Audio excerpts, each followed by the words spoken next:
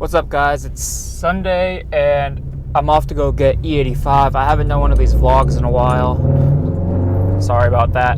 So the vlog is going to be about what is needed to run E85 and what is it like running E85. So in less than 24 hours yesterday, I used half a tank of gas because I went on a cruise. I went all the way to the beach and I came home and did some little putting around town driving, and that used up half a tank of gas, averaging about 15.3 miles per gallon.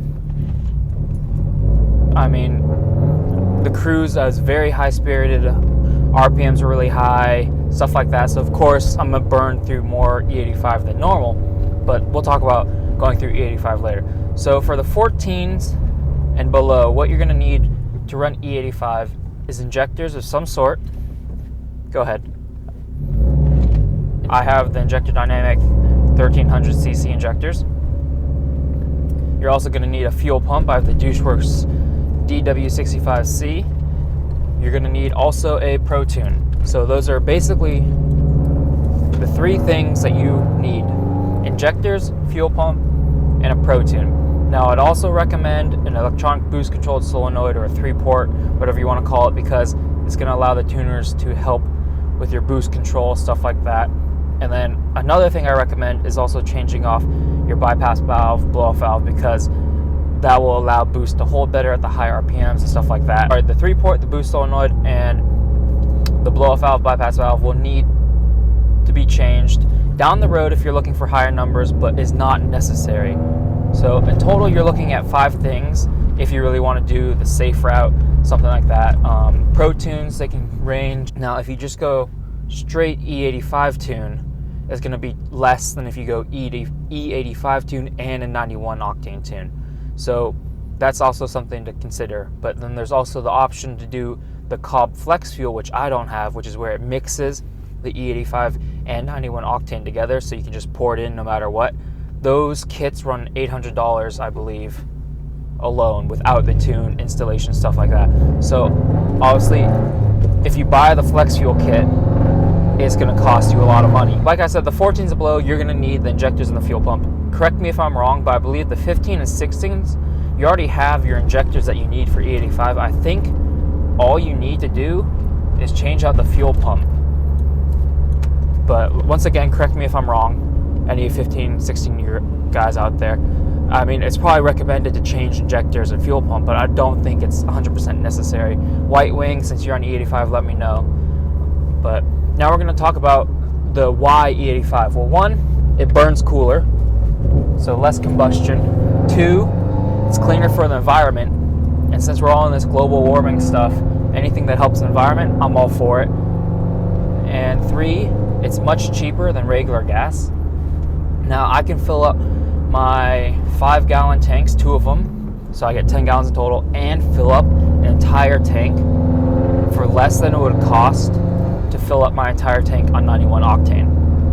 Now, the E85 lasts just about the same, if not a little bit longer, than a full tank of 91, so that's something to consider. E85 is maybe, the cheapest I've seen was $1.70 per gallon. Right now it's about $2.20, something around there. So it's super cheap. The only bad thing is it's really hard to get.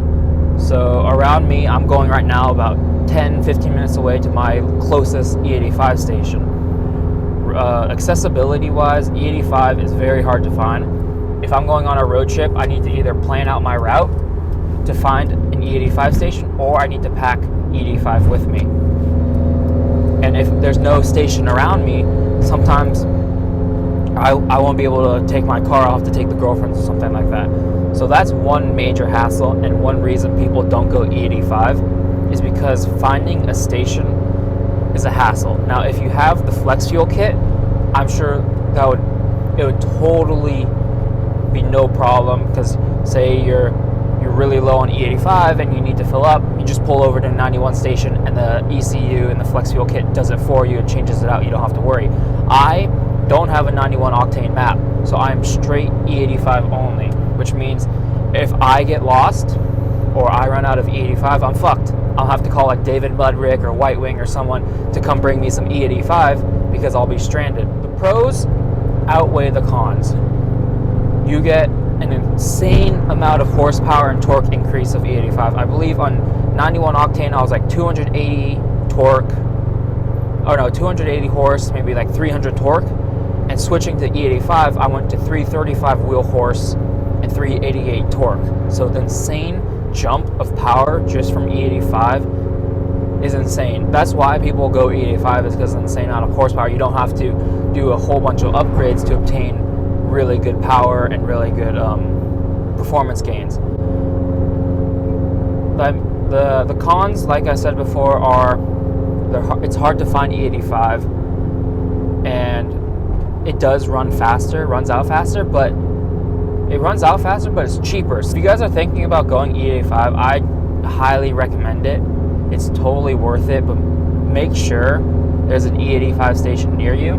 If not, highly look into getting the Cobb Flex Fuel kit, because if you don't, then trying to find that E85 station will be a hassle. I've gotten plenty of questions asking what's needed to run E85. Is it safe? To go off, is it safe? Like I said, it burns cooler, less combustion, stuff like that. On stock internals, theoretically, because it's cooler, you're not going to bust a ringlet or something like that, but accidents happen. It's not preventable. It's just a little bit more safe on the motor, if you want to say so. It's not as harsh on the motor. Personally, I can't talk about getting a flex fuel kit because I don't have the funds right now, and I don't see why I need it, as the E85 station is super close to me. But I've never had the problem of, oh my god, am I going to make it home, or oh my god, am I going to make it to an E85 station? It's always been like, alright, well, I just got to make the drive, I got to make sure traffic isn't bad, stuff like that. If you guys are thinking E85, I would look into your research, see where all the stations are at. I believe if you own an iPhone or stuff like that, there's an app that's called Propel Fuels. So it tells you all the locations within the area, which is really, really helpful. But yeah, see, I'm getting E85 right now, and right now a gallon, it's actually $1.90. So can't beat that. For a full tank, I rarely ever go over $30. Oh no, sorry, I rarely ever go over $20 to fill up, maybe $25 at the most, but overall it's really cheap to fill up my tank, and I love it. And who doesn't love the smell of corn? Alright guys, well, let me know if you guys found this video interesting. If you have any more questions about E85, let me know down below and I'll be sure to answer them. But once again, if you're going E85, it's so worth it. Just make sure the location's near you. That's my biggest concern. But till next time guys, peace out.